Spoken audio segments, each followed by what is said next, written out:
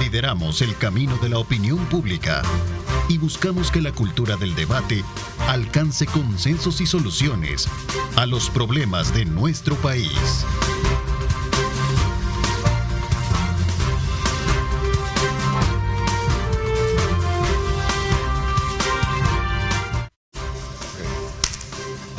¿Qué tal? Muy buenos días, bienvenidos, gracias por continuar con nuestra programación y darle desde luego toda la información pertinente desde muy tempranas horas de la mañana con nuestros colegas de Telenoticias de Megavisión, Luis Ernesto Mendoza, Luis José Samayoa y por supuesto también Mireya Meléndez. Así es que gracias por la información.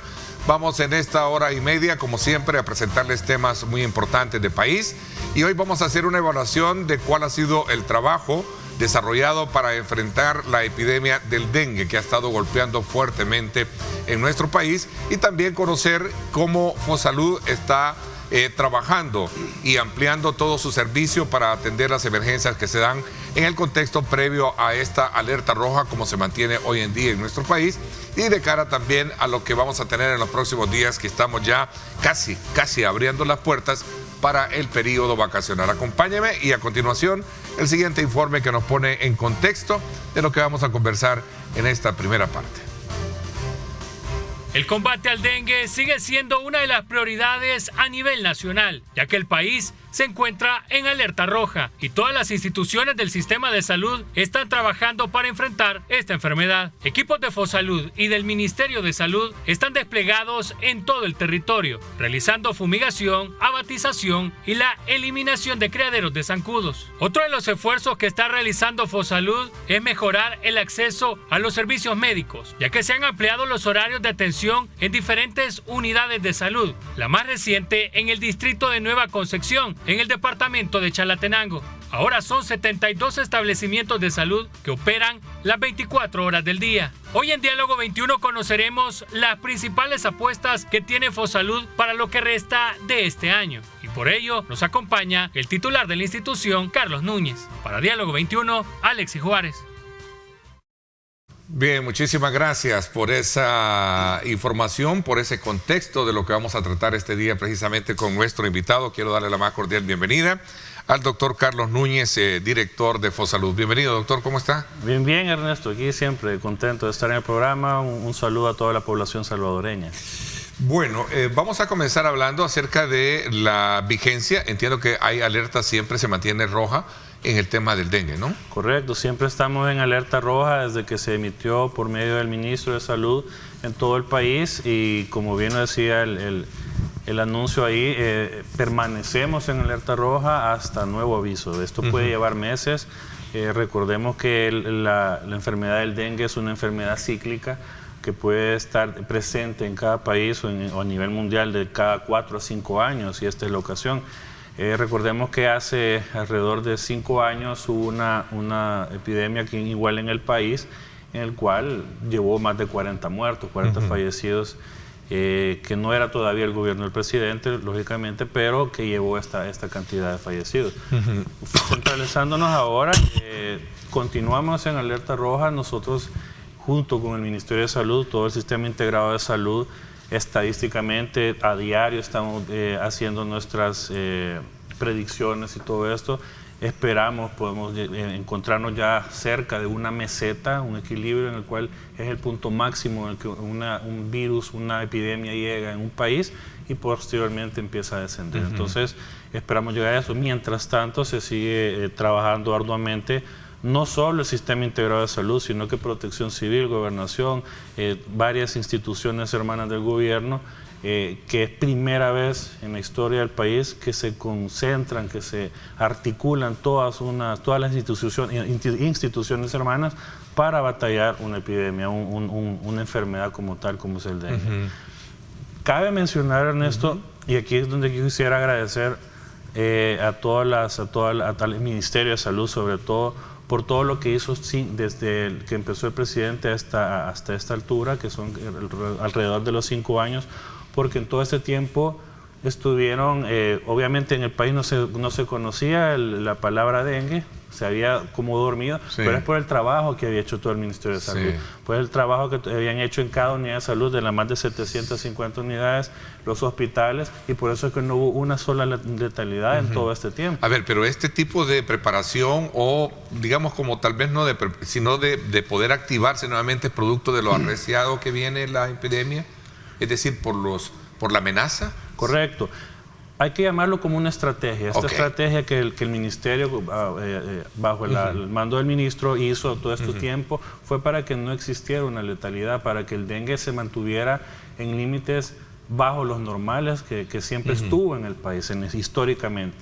Sirvió de mucho porque esta estrategia, a diferencia de países muy hermanos como Guatemala, Honduras, que llevan muchas letalidades hoy por hoy, que eso hubiera recalcado, si no se hubiera hecho esa letalidad, si no se hubiera hecho esa estrategia aquí, tuviéramos más decesos de los 4 que tenemos hoy por hoy. Entonces creo que funcionó muy bien todo lo que se hizo. Llamemos promotores de salud, llamemos médicos en todas las unidades de salud, todo el trabajo que hicieron durante estos 5 años en los hospitales, no hubieron ingresos mayores con los que pudiesen haber existido. Y recibimos la epidemia esta como tal, que a nivel mundial, de la mejor manera. Doctor, hasta el día lunes, en una declaración que diera el ministro de Salud, nos mantenemos con el número de 4 personas fallecidas, un menor fue el último, ¿no? Correcto, fue un masculino. Hasta el lunes todavía teníamos esa cantidad de fallecidos, nos hemos mantenido con esto. Sí hay ingresos, sí hay pacientes que porque hay casos, entiendo, de 30 casos de dengue, según esa fecha, por cada 48 horas. Sí, no sé si el titular que se manejó en el momento de la información que él diera, ¿no? Correcto. Ahí está, por cierto, estadística. Sí, tenemos ahí un boletín. Creo que ahí lo tenemos, sí. Sí, como les repito, no hemos llegado en teoría a la meseta de lo que nosotros esperamos estadísticamente. Siguen existiendo casos, particularmente puedo hablar de Fosalud. En Fosalud nosotros estamos recibiendo diariamente más de 40 pacientes en varias unidades de salud, en horario Fosalud con fiebres, con sospechas de dengue. Sin embargo, una de las estrategias que se tomó con el equipo de Fosalud es fortalecer con médicos y enfermeras todas estas unidades de salud, para que no llegaran la cantidad de pacientes que están llegando y se estuvieran esperando en las sillas o horas, ¿verdad? Entonces, eso es una de las estrategias, aparte de las que hemos hecho en articulación con el Ministerio de Salud, es permanecer los laboratorios clínicos hasta las 10 de la noche, dejar médicos en periodos de ventanas, fortalecer con más médicos. Actualmente hemos fortalecido con más de 140 médicos. Este fin de semana vamos a fortalecer con 40 médicos más. En el periodo de vacación vamos a fortalecer 100 médicos y enfermeras más hasta octubre, porque es lo que esperamos de que posiblemente esta epidemia puede estar en tiempo aquí en el país. Realmente eso es una de las estrategias que nosotros queremos hacer para combatir esto. Cuando usted dice que es el tiempo en el que se encuentra en el país, también habría que ver en el caso muy específico de estas pruebas. En declaraciones así de manera muy tácitas que fueron publicadas a raíz de una declaración que diera el ministro, decía que continúa la positividad. Normalmente estamos hablando de un promedio de 30 a 40 casos cada 48 horas. Eso es lo que vamos viendo en los tamizajes que se van recibiendo, ¿verdad? Correcto. Muy coincidente con la tendencia o el control que ustedes tienen. Exacto. Es que eso es lo que más o menos está en variante todos los días. ¿Y son promedios normales, doctor? Son promedios normales y por lo general que o es para ponernos activos, es decir, activarnos, ¿no? Es que de hecho nosotros como gobierno, todo el sistema integrado está activo. Recordemos de que a diferencia de hace años atrás hay mucha más población que en diferentes años. El promedio es un poco, se podría considerar un poco alto, pero es lo normal. A esperar a que llegaran a más de 100, a más de 200 personas, creo que eso sería sobrepasar la normalidad. Con lo que tenemos nosotros se va atendiendo a los pacientes, con lo que tenemos en hospitales se van atendiendo. No ha habido una una mayor exageración de que nosotros podemos estar más alertas de lo que está pasando, y es por eso, por los 5 años que pasaron, por toda la estrategia que se hizo todo este tiempo, por la estrategia que se tomó en miras de que venía a nivel mundial esta epidemia del dengue arrasando. Nosotros, sin ir lejos, en Brasil, en Colombia, en países muy cercanos a nosotros, hay letalidad de más de 100 personas. Okay. Entonces, no es que estemos en una zona de alarma, pero sí estamos, digamos, podríamos observando. decir, estamos en observación, estamos trabajando bien, porque no nos atuvimos desde que empezamos a ver por medio de los boletines que daba la OMS a prepararnos. Y esto no es algo no es algo nuevo. Nosotros, si bien se acuerda, en la pandemia del COVID se trabajó de la mejor manera, el monkeypox, en todo eso. Entonces, el Ministerio de Salud tiene unos equipos, igual que nosotros en Fosalud, que están pendientes y alertas de todo lo que está pasando a diario. Entonces, con eso se previene qué es lo que puede pasar, cómo nos podemos hacer estrategias, cómo podemos prevenir que existan letalidades, porque al final ese es el mandato que el presidente nos ha dado, de que la población esté protegida y la salvaguardemos. Así que creo que en ese sentido nosotros estamos haciendo el mejor trabajo que se puede hacer a nivel de cuadrillas, a nivel de todo el país, fumigación, la batización, las charlas que se están dando en todas las 750 unidades de salud. ¿Y esto de la fumigación aérea está dando resultados, doctor? Porque de alguna manera escuché por ahí algunas voces de algunos especialistas médicos que no pertenecen al área pública, dar comentarios de tener sus dudas sobre si esto funciona o no funciona. El Colegio Médico también ha sentado una postura. ¿Qué piensa al respecto? Lo que sucede es que es algo nuevo que nunca se había hecho en el país, y cualquier tipo de estrategia, cualquier tipo de forma de poder eliminar el zancudo para nosotros es positivo. Recuérdese que la fumigación es igual, sea terrestre, sea aérea, sea marítima, sea por el lado que sea.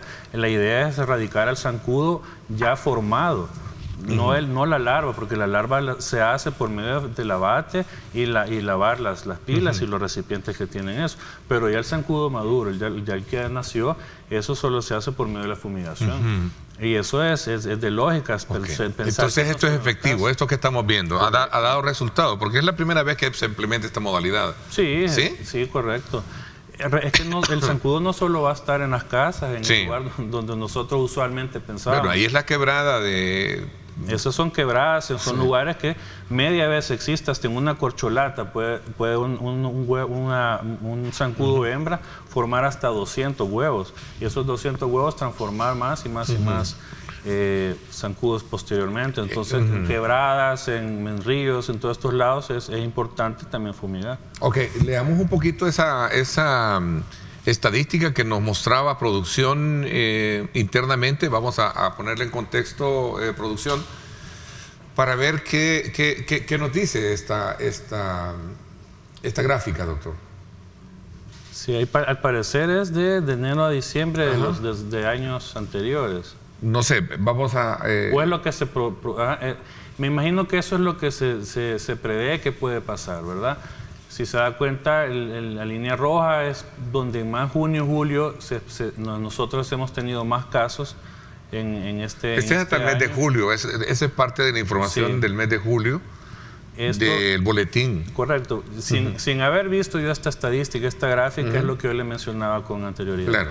Es probable que entre mayo, junio y julio y finales de agosto es el promedio y la meseta que nosotros esperamos, como en cualquier enfermedad, en cualquier pandemia, en cualquier epidemia a nivel mundial, tiene un tope. Posteriormente a eso ya empieza a descender hasta límites de la normalidad que siempre se tenía, como antes de que empezara la epidemia. Ahí se ve que posiblemente entre octubre, noviembre y diciembre ya tengamos una normalidad como deberíamos esperar. Doctor, voy a hacer una pausa. Cuando regresemos vamos a identificar, entiendo que son categorizados alrededor de 44, 45 municipios, ¿no? Sí. Donde están siendo afectados o impactados por el dengue. Correcto. Al menos la identificación que se tiene. ¿Cómo se está, digamos, evaluando y cómo se está dando todo el tipo de trabajo, esta estrategia? ¿Cómo se está aplicando esta estrategia? ¿Cuáles son esos municipios? ¿Y cuál es la característica que los distingue del resto, ¿no? Correcto.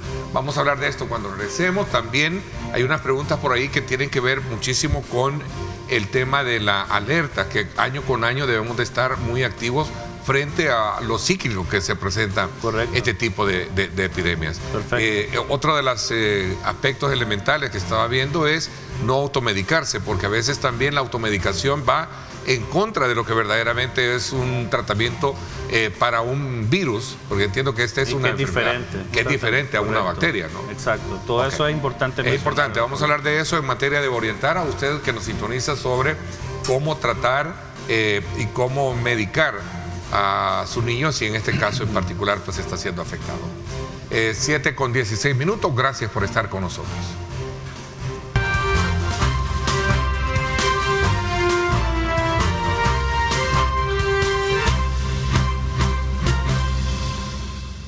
Sin duda alguna es buena hora para una taza de café, y qué rico es disfrutar de Café Rico, el café perfecto de la mañana. Así es que disfrútelo usted a esta hora. Continuamos nuestra conversación con el doctor Carlos Núñez, director de Fosalud, y le decía de cuáles son los municipios y cuáles son las características que distinguen del uno al otro, porque entiendo que se han identificado 44, 45, pero hay 32 que están más directamente siendo observados y tratados, ¿no?, por la emergencia. Exacto, Ernesto, lo que sucede es que en el Ministerio de Salud, que es la institución que está encargada de lleno al 100% del dengue, tiene su equipo especial de epidemiología, y tiene obviamente todas las unidades de salud y hospitales que diariamente reportan por medio de la consulta general, ya sea en el primer nivel de atención, que ellos tienen alrededor de 750 unidades de salud que nos comparten a nosotros 184, los hospitales, el Hospital del Salvador, todo eso. Todos los días se manda un reporte para decir qué unidad de salud o qué departamento, qué municipio es el que ha presentado más casos. Entonces eso se recopila y diariamente se hacen las gráficas que pudimos ver, las estadísticas que se hacen para saber dónde puntualmente es donde más casos hay, a dónde hay casos positivos por pruebas, a dónde hubo una letalidad de los 4 pacientitos. Entonces todo eso se recopila para tener la idea de dónde más hay. Entonces con estos 44 municipios más los 32, de esos 44 que están más propensos al dengue, es a donde más se llega, para llegar no solo a batizar, no solo a llegar a fumigar, sino que hacerle llegar a la gente conciencia de que esa cultura que desafortunadamente tenemos de recolectar chatarra, de recolectar cosas que ya no se pueden ocupar, que pueden llevar a acumular agua, botarlas, porque eso es lo que prácticamente al final es lo que nos hace recolectar las larvas, los zancudos. Ahí está el criadero. Ahí está el criadero. Entonces, quizás por todo lo que hemos hablado, a tomarme el tiempo de llamar a la población, decirle que esas prácticas sería bueno que las quiten. El salvadoreño, hasta que no ya tiene un familiar ya con dengue, que no lo tiene grave, se toma las riendas y dice, vaya, hoy sí voy a hacer caso, voy a quitar toda esta chatarra que tengo, la voy a botar. Y no, tiene que pensar en sus vecinos, tiene que pensar en su familia. El hecho de que recolectar esto no le va a traer ningún bien, más ahora que está lloviendo, más ahora que estamos con esto del dengue. Entonces, ese es el llamado a la población, que es cierto, si bien es cierto, el gobierno del presidente Nayib Bukele, el Sistema Integrado de Salud está haciendo todo junto con un montón de instituciones hermanas en articulación, estamos haciendo lo humanamente posible para ello, pero que la población también tiene el 50% de responsabilidad para atacar el dengue. A ver, en Suchitoto, nos mandan una pregunta desde Suchitoto, gracias. Saludos muy cordiales a esa folclórica, histórica y muy bella ciudad de Suchitoto. Buen día, Ernesto. Favor, pregúntele a su invitado sobre qué se está haciendo. Ahí está, mire, el tema del abate, para abastecer de abate a las unidades de salud locales, en este caso, lo que es el Suchitoto, ¿no? Yo tengo entendido que el Ministerio de Salud está totalmente abastecido de este producto del abate, y está haciendo la distribución oportuna en unidades de salud y en lugares puntuales donde la población lo necesita. Constantemente, todos los días, las 5 regiones que tiene el Ministerio de Salud a nivel nacional hacen las distribuciones en las unidades de salud y en los lugares que andan junto con las instituciones hermanas, no solo en la fumigación, sino que abatizando, dando los consejos necesarios y en la eliminación de estos criaderos de zancudo por medio de lo que mencionaba anteriormente, de la producción en las chatarras, en la basura que tienen ciertas familias, en las casas. Entonces, es un conjunto de estrategias que se están haciendo. La abatización es una de estas y es algo que sirve para eliminar el huevo del zancudo. Ok, doctor. Hay una campaña alertando a la población a mantenerse también atentos a colaborar con las autoridades para erradicarlo, pero también hablan de la automedicación, no hacerlo. Es bueno y sería importante resaltar este punto, porque tradicionalmente nosotros en casa, cuando vemos nuestros hijos, porque entiendo que la población más vulnerable es los menores y en este también el caso de los adultos mayores, ¿no? Correcto. Es importante este punto, de todos los puntos, este es uno de los más importantes porque la población por lo general, y quiero ser enfático, un medicamento que sí es bueno para otras situaciones antiinflamatorias, pero no para el dengue. Y que toman el ibuprofeno como que si el ibuprofeno o el diclofenac o otro AINES es importante como para disminuir el dengue, y eso no. Lo que sucede en el dengue es que el problema del dengue es que las plaquetas se bajan y esto produce, al llegar a un límite inferior de 150.000 plaquetas, puede llegar a un sangramiento y el ibuprofeno produce un sangramiento a la larga. Entonces, si usted lo hace, es como que está colaborando más a que pueda producir un sangramiento y hacerlo un dengue hemorrágico, un dengue grave. Entonces, la gente se preocupa, incluso a mí me llaman, ¿por qué el dengue no tiene un medicamento específico? Porque la fisiología o la fisiopatología de la enfermedad indica que lo que va a hacer es dar fiebres. La fiebre es dar deshidratación. La deshidratación obviamente puede dar a una disminución de plaquetas, la disminución de plaquetas a un sangramiento, y esto conlleva una serie de síntomas que lo convierten en grave. Y si usted toma un medicamento que desconoce, no sabe, porque le ha dicho el vecino, lo que hace es entorpecer o favorecer a que empeore la enfermedad, la fisiología de la enfermedad. Entonces, lo necesario y lo que se le pide es tomar sueros, o ya sea endovenosos, oral, y el acetaminofén o paracetamol. Eso es lo único. Y si ve que por su sistema inmune, o sea, tiene unas deficiencias en su celularidad, y posteriormente ve que cada día sus plaquetas van disminuyendo, no se va a tomar de 4 a 5 días, que es casi la mayoría de todo lo que evoluciona la enfermedad, para llegar a pasar consultas. Lo tiene que hacer desde el primer día. Tiene 750 unidades de salud, tiene más de 30 hospitales en todo el país, tiene el 132 para llamar y preguntar qué es lo que puede estar pasando, para que se le aconseje ir desde el primer día que presenta un síntoma con fiebre a pasar consulta. A ver, voy a aprovechar también porque hay mucha inquietud en la población y lo podemos también nosotros palpar de primera mano, la presencia de resfriados, tos, no sé, tenemos un problema también de influenza, porque hoy, y lo voy a decir a ojo de buen salvadoreño, ¿no? Todo el mundo anda afectado, de la garganta, fiebres, etcétera, ¿no? Sí, realmente eso es otra de las cosas que yo le informo cuando hemos hecho charlas en FOSalud, que no porque una persona tenga dengue no va a presentar otro síntoma, otra enfermedad, una enfermedad gastrointestinal.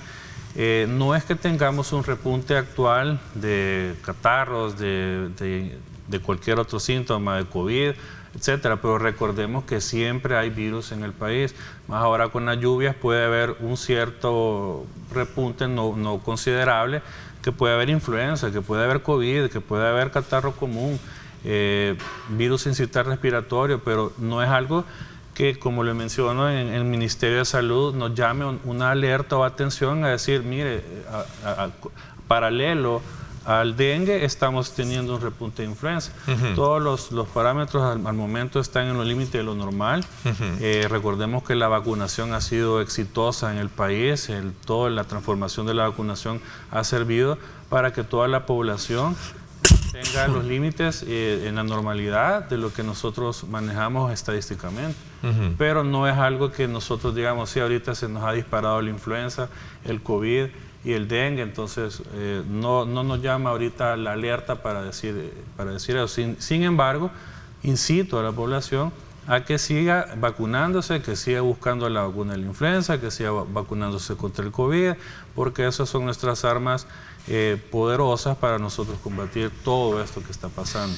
Ok, entonces ¿es una situación de temporada lluviosa o es que verdaderamente tenemos Es probable. Sin embargo, viendo las noticias que hay países que sí, por lo menos no sé si en Estados Unidos hay repuntes de COVID, en otros hay repuntes de influenza, pero no por eso todo va a ser generalizado como está haciendo el dengue. Sí, porque es una situación en la cual, insisto, lo voy a tomar de manera muy directa. Muchos hablan yo he estado recientemente muy afectado, creo que aquí habemos mucho, pero hemos estado viendo que el comportamiento ha sido bastante impactante, fuerte en el estado físico, ¿no? Correcto, sí, la influenza, no podemos decir que no ha habido, sin embargo, ha existido, pero ha permanecido, podemos decir, como una meseta larga en que hay pacientes que tienen, después salen otros, pero yo creo que la vacunación, como insisto, ha servido de mucho para que no... O sea, tenemos que vacunarnos. Sí, siempre, por la influenza siempre, igual con el COVID, eso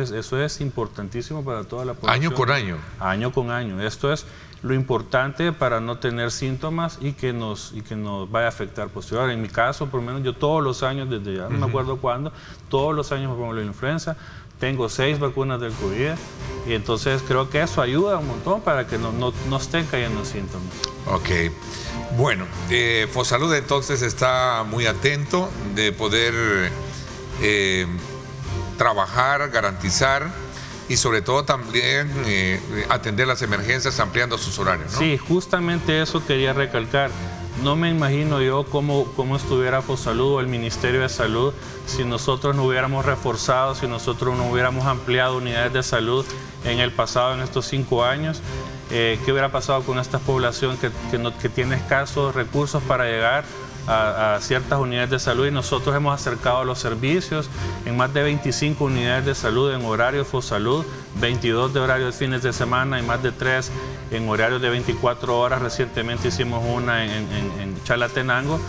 ¿Cómo hubiéramos hecho sin darle consulta a esta gente? Entonces creo que ha sido otra estrategia muy importante. Igual el Ministerio de Salud ha aperturado unidades de salud nuevas a nivel del país para llegar a esto. Creo que ha sido acertado todas las estrategias que se han hecho, toda la modernización de las unidades de salud, comprar equipo médico, para que justamente al recibir este impacto de esta pandemia lo hemos llevado, creo que de la mejor manera. Bueno, el tiempo se me fue. Quiero agradecerle, doctor Carlos Núñez, director de Fosalud, que nos haya permitido actualizarnos, conocer cuál es el impacto que ha tenido la estrategia para enfrentar el dengue, el tema último que abordamos sobre la influenza. Y lo importante es mantener vigente la información también para que todos podamos hacerle frente y que sea efectiva, ¿no? Correcto, eso es lo importante, siempre estar viendo las noticias, siempre estar en las páginas del Ministerio de Salud, Fosalud, que es lo que se está haciendo diariamente. Somos un gobierno que no nos quedamos con los brazos cruzados, preveemos siempre que puede estar pasando a nivel internacional y creo que es prueba lo que está pasando ahora en el dengue, que lo estamos haciendo un frente de manera conjunta con todo el gobierno para seguir luchando y batallando para esto. La OPS, por cierto, en una información que hemos conocido de última hora, ha emitido una alerta mundial por el aumento de tosferina, ¿verdad? Esto a raíz de casos que tienen que ver precisamente con la necesidad también de la vacunación infantil, ¿no? Bueno, si se da cuenta, ¿no? Es lo que vengo hablando siempre. En la salud no nos podemos estar estancados, no nos podemos quedar quietos, es decir, vaya, pasó el COVID, hoy descansemos, ya pasó el monkeypox, descansemos, ya pasó el dengue, descansemos. constantemente van a haber enfermedades cíclicas que nos van a estar afectando el país, pero si nos vacunamos, si hacemos frente, si hacemos caso a las recomendaciones que como gobierno se hacen, creo que vamos a salir adelante. Nuevamente, gracias, doctor. Nos vamos a la pausa. Cuando regresemos, vamos a hablar acerca de este paquete de reformas al Código Penal y Procesal Penal que ha despertado ciertas inquietudes en algunos sectores o círculos del gremio de abogados por considerar que estas en algún momento van a cambiar un poco el tratamiento de algunos temas específicos que plantea estas propuestas de reforma, que por cierto la Comisión de Seguridad Nacional y Justicia en la Asamblea Legislativa comenzó este martes su estudio. Estas reformas plantean o sirven, de acuerdo a sus promotores, para disuadir a quienes en algún momento pretendan cometer delitos en nuestro país. Entre otros puntos que plantea está la ampliación de los plazos de detención provisional, el aumento en penas de delitos relacionados al patrimonio y nuevas disposiciones para delitos relacionados a la estafa y el hurto. Este es un tema que vamos a tratar después de esta pausa comercial. Quédese con nosotros.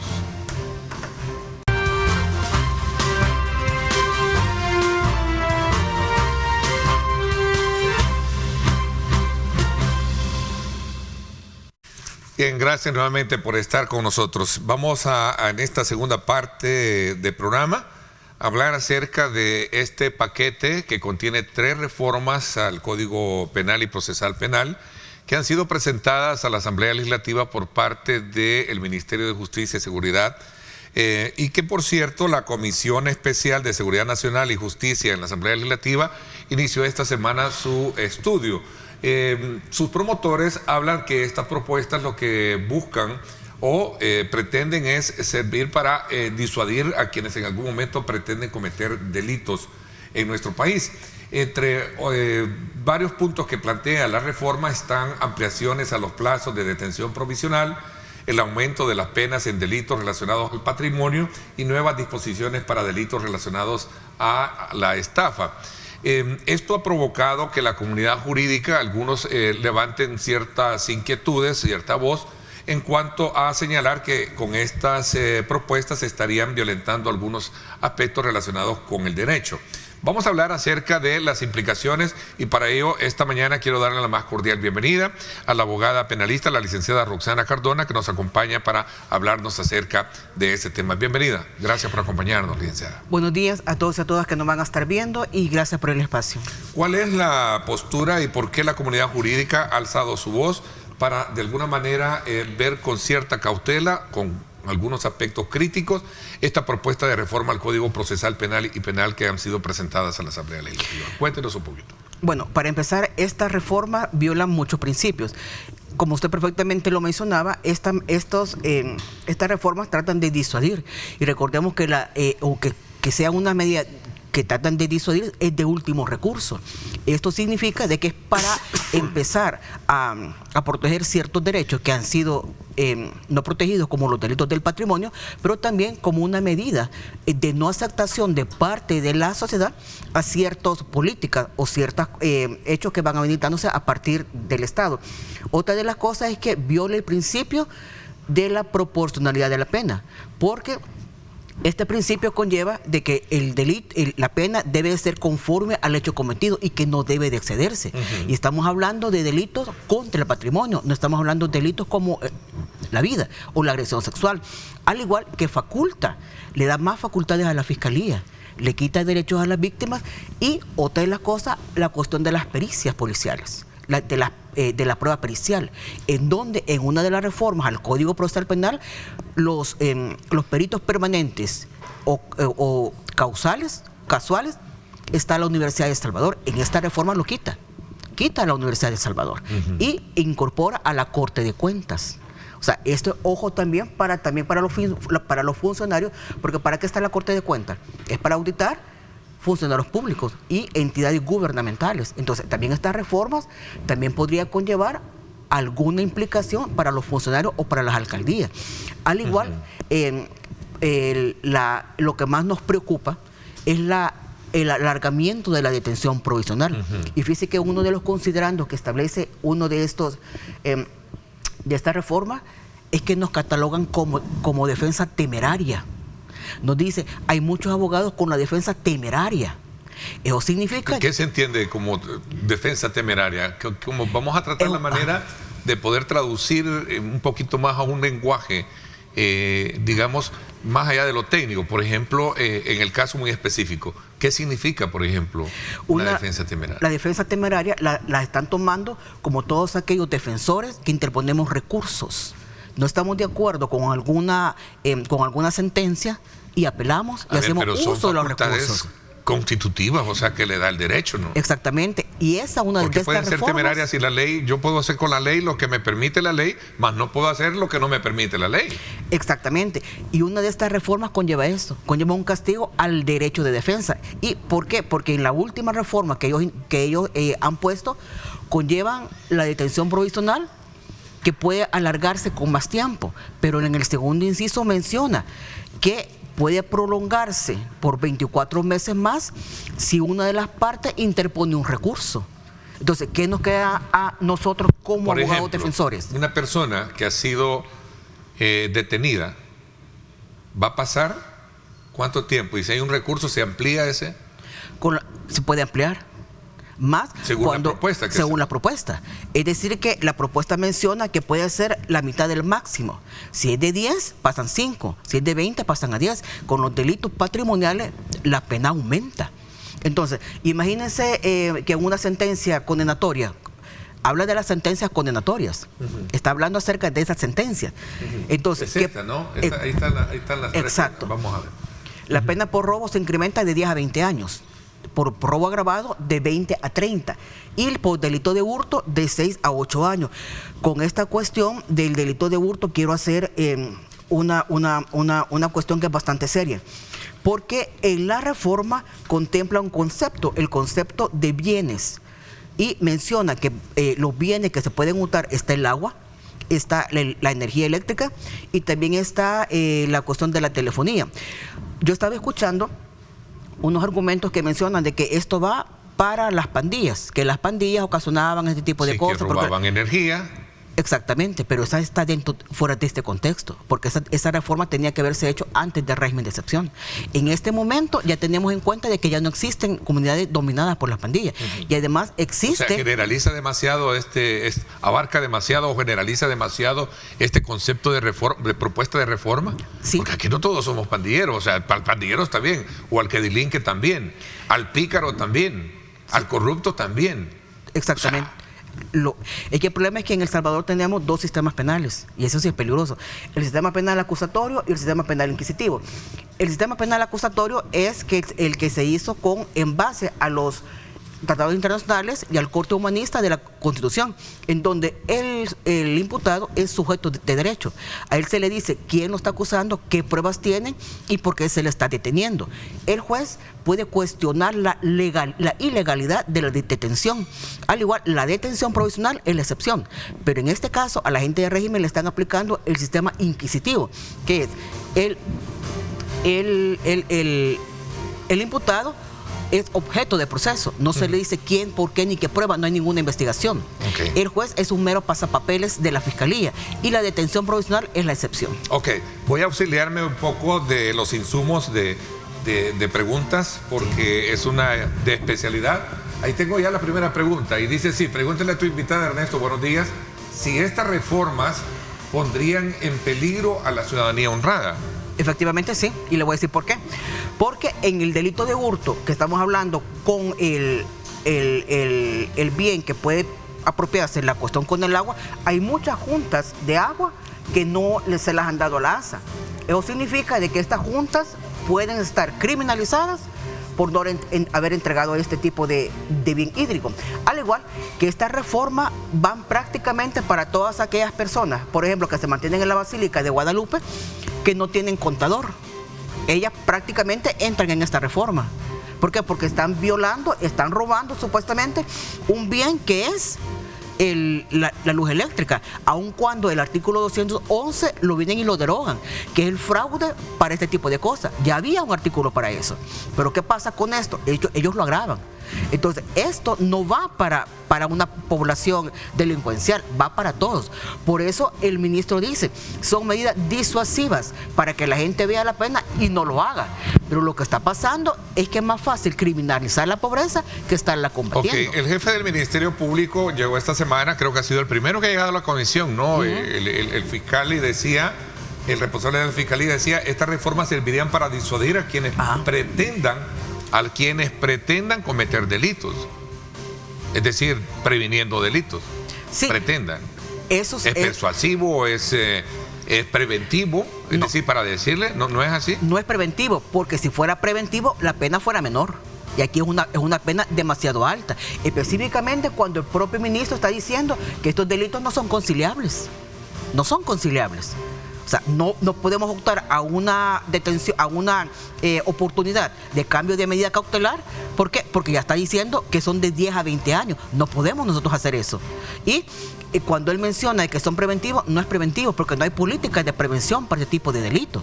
O sea, ¿para qué grupo de la población va esto? ¿Va para la gente delincuente o va para la gente honrada? Va para la gente honrada. Va para la gente que está en sus champitas, específicamente en los balnearios, con una luz eléctrica que ellos no tienen contador.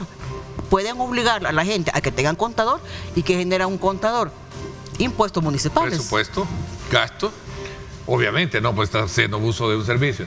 Voy a dejar plantada esta pregunta. Dice, buenos días, le pregunto a su invitado, Ernesto, ¿por qué, si tan delicadas son las reformas, por qué las asociaciones de abogados no se pronuncian? Ese es un buen punto. Yo le dije, ¿por qué la comunidad jurídica, digamos, no ha lanzado, pero serán poco lo que estamos escuchando ahí, ¿no? Esa pregunta. Fíjese que prácticamente desde el régimen de excepción, es una batalla que tenemos que estar presentes nosotros adelante. Sin embargo, estamos atrás. O sea, no puedo hablar por las asociaciones de abogados. Deberíamos de preguntarle al presidente o a uno de los encargados que están llevando estos grupos que por qué no se están pronunciando prácticamente. Ok, voy a hacer una pausa, me dicen, y regresamos con más preguntas porque necesito un poco despejar todas ellas. Vamos a la pausa, no me cambie, regresamos.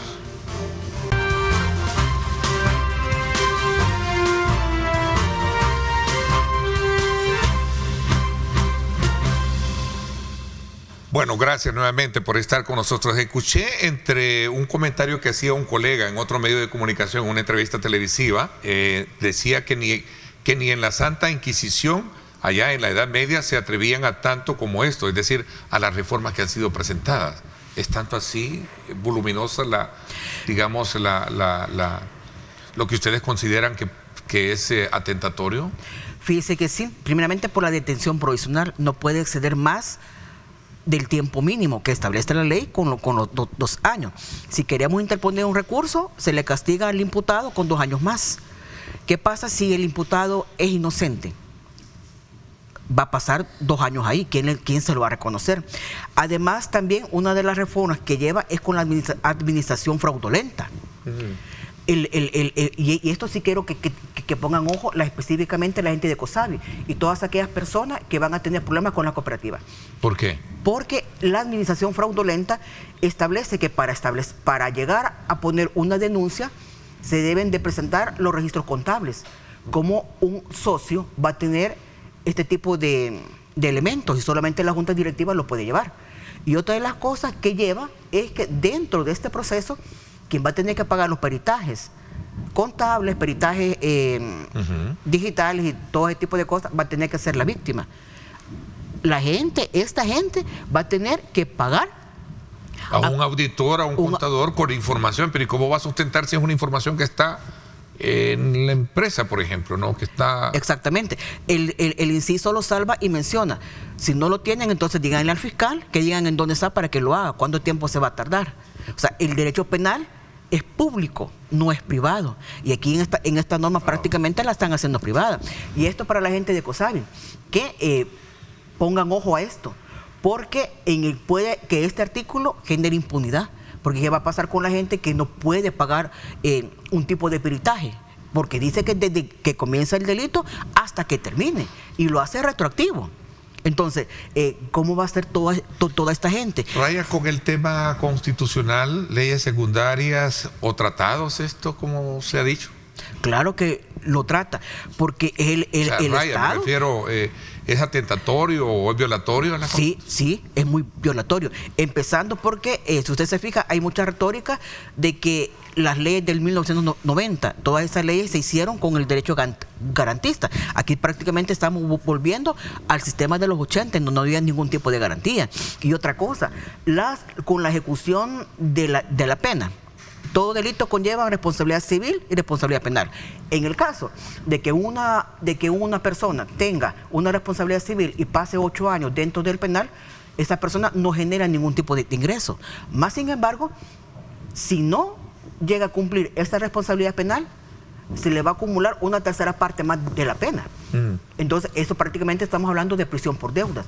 Y una de las cosas que no queda claro en ese artículo es que si esta tercera parte de la pena, que se va a aumentar porque no pagó la responsabilidad civil, va a exonerar a la gente de la responsabilidad civil. Entonces, eso como que no queda muy claro y la comisión lo debe de hacer. Al igual, otro importante es acerca de... A ver, espéreme, quiero detenerme ahí. Cárcel por deuda no hay hoy en día. No, pero puede haber con esta. Pero con esa reforma sí puede haber. Sí, porque dice, si la persona, y lo dice, que todavía tiene que, el juez en la sentencia debe de ponerlo, debe de consignar. Si no paga con la responsabilidad civil, va a tener que pagar una tercera parte más. Esto va violando el derecho penitenciario, el teorema penitenciario, es decir, que esta gente no va a tener posibilidades para poder salir con los beneficios penitenciarios. La mitad de la pena, la tercera parte de la pena, tendrían que también modificar el derecho penitenciario y no lo están haciendo. Vamos a la pregunta. ¿Hay más preguntas, producción? Vamos a ver. Buenos días, Ernesto. ¿Qué pasa con el principio de presunción de inocencia si una persona pasa bastante tiempo en la cárcel? Es que aquí estamos partiendo ya de un proceso inquisitivo. El proceso inquisitivo conlleva eso. El proceso inquisitivo que se le aplica a la gente de régimen de excepción se va a aplicar para todos nosotros ahora. ¿Qué pasa con el principio de inocencia? No lo vamos a tener. Vamos a tener el principio de culpabilidad. Y eso lo mismo menciona en las reformas. En lo considerando, cuando llevan esto, ahí lo están mencionando. Para que la gente no salga, para que el delincuente ya está presuponiendo, la palabra delincuente no lo toma como indiciado o presunto imputado, no trata de esos términos, sino que lo lleva el delincuente. Vamos a ver, ¿qué hay detrás de esta reforma? Si a los delincuentes los ampara, si a los delincuentes los abarca, creo que sería acá, el régimen de excepción. Fíjese de que a la gente le han preguntado en las encuestas, ¿usted está de acuerdo con el régimen de excepción? La gente ha dicho que sí. Entonces, esta es mi apreciación personal, yo sospecho que el régimen de excepción se va a quitar, pero tienen que asegurar primero el siempre mantener el control de la sociedad, porque hay muchas cosas que no se han hecho. ¿Y estas reformas buscan tener un control de la sociedad? Poco a poco sí lo van a llegar a tener. Porque no es como en algún momento, en palabras más, palabras menos, se voy a retomar el tema de los promotores de esta reforma, que lo que se busca es disuadir a quienes pretendan cometer delitos, o sea, una prevención, decirle, mira, si estás pretendiendo cometer un delito, vas a tener esta consecuencia. No, porque no sería tan alta la pena. Y las medidas disuasivas son de última resolución. Es el último eslabón que utilizan los estados para generar otro tipo de situaciones. Ok, vamos a ver, esta es otra pregunta. Saludo a tu invitada, Ernesto. La Constitución prevalece sobre cualquier ley. Entonces, no importa que la aprueben, no se aplicaría. Fíjese que muy interesante esa pregunta. Hay un artículo de la Constitución, creo que es el 84, si no está muy equivocada, que menciona que el juez tiene la potestad de no aplicar una ley que contraríe con la Constitución. Desgraciadamente, este artículo no lo están aplicando los jueces. No lo están aplicando y deberían de aplicarlo. La Constitución tiene supremacía constitucional, mas sin embargo, en esto no se está aplicando y sabemos que prácticamente no se va a aplicar. Otra de las cosas es de la detención provisional, que menciona que cuando una persona salga condenada, pero no está con sentencia firme, se le va a decretar detención provisional y no está firme la La sentencia. Asamblea debería llamar abogados aparte al gremio, a la academia, a la comunidad jurídica para examinar esto más detenidamente. Sí debería de hacerlo. Sí debería hacerlo por las implicaciones y porque tienen que reformarse otras leyes, como por ejemplo la ley penitenciaria. Esta reforma, si se aprueba así, mañana es para propios y extraños. Para toda la población. Digo, por los diputados que en algún momento tienen que hacer una evaluación muy pertinente sobre para ello. Toda la población, es para todas, para usted, es para mí, para todos los que estamos acá. Ok, de hecho tengo acá toda la propuesta, la estuve dándole lectura y con el acompañamiento ahí de todo el equipo de trabajo, y realmente esto es lo que tiene en estudio la comisión, y vamos a seguir a la expectativa de ver cuál es el curso que se sigue con relación a estos elementos que ustedes puntualmente han planteado y que de alguna manera van a ser tratados en la misma. Yo le agradezco mucho, el tiempo se nos fue, gracias por habernos acompañado.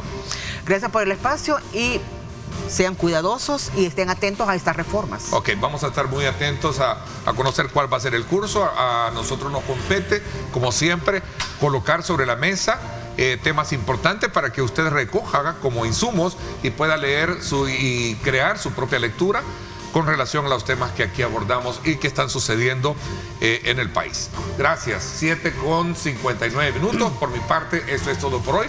Pásenla bien y como siempre recuerden lo más importante, amar a Dios sobre todas las cosas.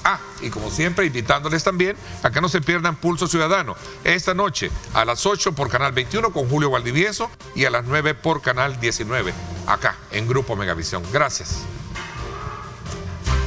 Lideramos el camino de la opinión pública y buscamos que la cultura del debate alcance consensos y soluciones a los problemas de nuestro país.